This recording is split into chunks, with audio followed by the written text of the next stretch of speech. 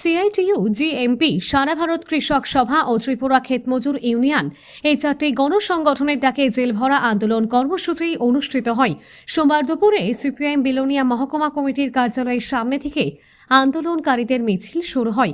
মিছিল কিছুটা এগোতেই পুলিশ প্রশাসন প্রথমবার মিছিল আটকে দেয়। তবে পুলিশের ব্যারিকেড উপেক্ষা করে তা ভেঙে সামনের দিকে এগিয়ে যায় সিপিআইএম নেতা কর্মী ও সমর্থকেরা। এরপর আরও কিছুটা এগোতেই বিশাল পুলিশ বাহিনী ফের মিছিলের পথ রুদ্ধ করে। শেষ পর্যন্ত পুলিশ আন্দোলনকারীদের আটক করে গ্রেপ্তার করে এবং বেলোনিয়া জেবি স্কুলের মাঠে কিছুক্ষণ তাদের আটক করে রাখা হয়।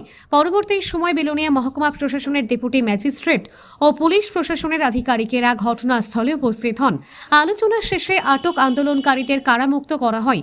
বক্তারা শ্রম আইন বাতিলের প্রতিবাদ, শ্রমিকদের ন্যায্য মজুরি মূল্য বৃদ্ধি রোধ, কৃষকদের ফসলের ন্যায্য মূল্য, কর্মসংস্থান বৃদ্ধি, বিদ্যুতের বর্ধিত মাসুল প্রত্যাহার, স্মার্ট মিটার বাতিল সহ 11 দফা দাবি তুলে ধরেন।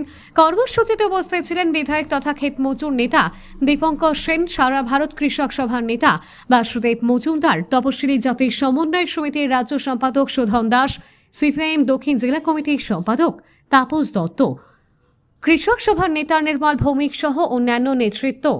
Bureau report, S Bharat live 24 hours.